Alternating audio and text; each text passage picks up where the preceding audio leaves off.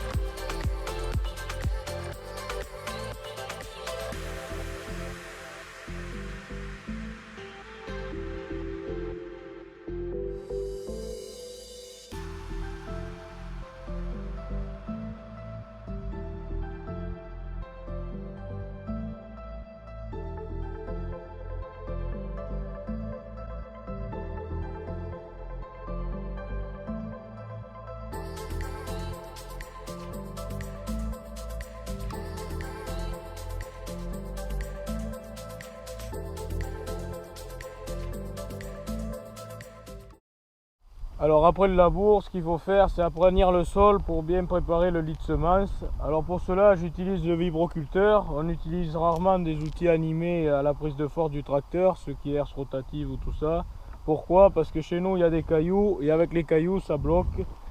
Alors c'est pour ça qu'on utilise soit le vibro, donc là je suis avec le vibro et mon père utilise la herse plate. Alors ça aplanit bien le sol, généralement on passe 2 fois et après on endaine les pierres, mais cette année on va passer qu'une fois. Alors pourquoi? Parce qu'on estime que finalement en passant une fois et en endainant les pierres derrière, le sol est plat. Et en plus au prix du carburant cette année, on va essayer de faire le moins de passages. Alors les outils à dents, il faut avancer assez vite, donc là je roule à peu près à 7 ou 8 km/h en régime moteur de 1700 tours par minute.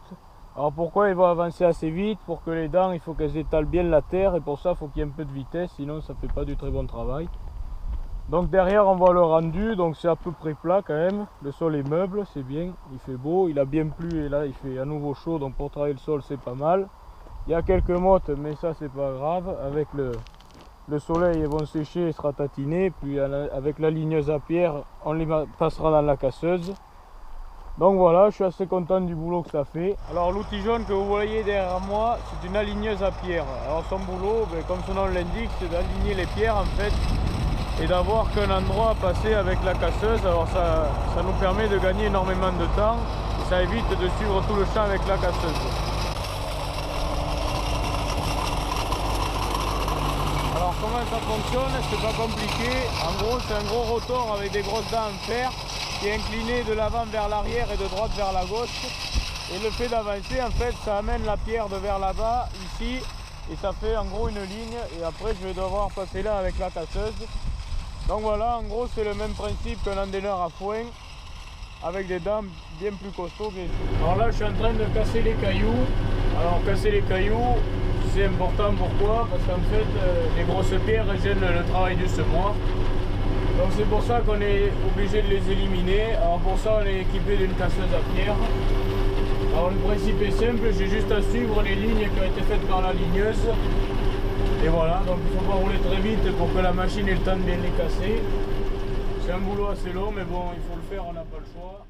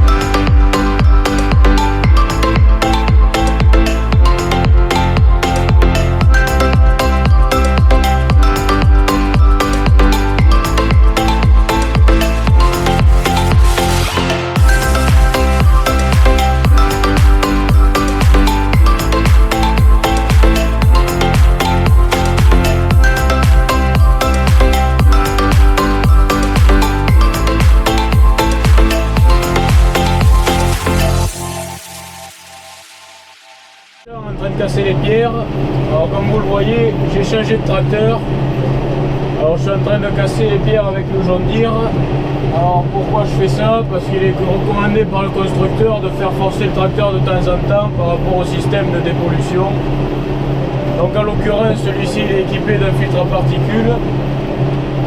Et de temps en temps il est donc conseillé de le faire forcer un peu pour pas que le tracteur s'encrasse et qu'il n'y ait pas de soucis mécaniques. Alors c'est pour ça que je fais ça.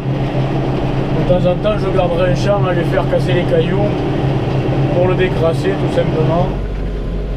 Alors là je suis en train de semer l'orge. Alors pour vous donner un ordre d'idée, on sème l'avoine à peu près 140 kg par hectare et l'orge à 150 kg par hectare. Alors comme on a changé de tracteur, il a fallu changer les réglages du traceur.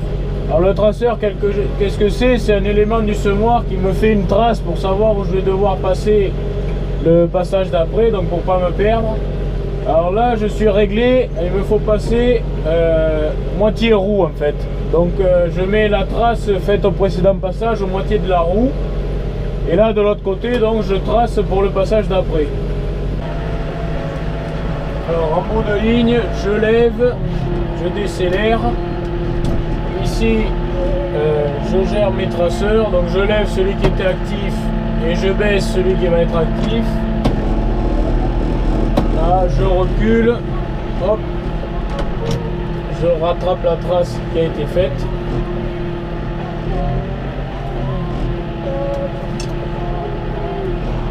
Je m'arrête pour poser et je repars et je réaccélère. Voilà, rien de compliqué. Et après il suffit de suivre la trace. Alors la dernière étape après le semis, c'est le passage du rouleau. Alors le rouleau, je vous en ai déjà parlé un peu dans la vidéo du semis de colza. Le colza que vous voyez ici, on ira le voir plus tard. Alors le rouleau, son principal boulot, en fait, c'est de tasser le sol et de bien mettre en contact la terre avec la graine. Puisque je vous en ai déjà parlé, il est particulièrement lourd celui-là, d'autant plus que les rouleaux sont pleins là, donc ils sont très lourds. Alors comme je vous le disais, il tasse le sol, donc il favorise la germination puisque la terre est bien en contact avec la graine. Après ici, j'en ai pas sous les yeux, si j'en ai ici. Vous voyez ces quelques grains là qui sont pas bien couverts lors du semis, il va les enterrer, donc c'est là, elles vont pousser également. Et après vous avez comme des traces ici qui ont été faites lors du semis, elles vont être effacées par le passage du rouleau. Et le champ va être bien plat et quand on moissonne on apprécie les champs qui sont bien plats parce que c'est confortable pour y bosser dessus. Donc voilà pourquoi on passe le rouleau. Alors une deuxième chose, vous voyez que le rouleau il fait ce genre de traces ici. À chaque rouleau il y a une espèce de petits trous, de petits traits qui se forment. Alors vous voyez que le champ il descend comme ça. Alors je le roule en travers, comme ça quand il pleut, l'eau est mieux retenue par ces petits traits et la végétation en profite plus facilement. Ça évite que l'eau s'en aille jusqu'en bas et que la plante n'ait pas le temps d'en profiter. Là elle est retenue et comme ça, dès qu'il y aura des pluies après le semis, la plante germera plus facilement.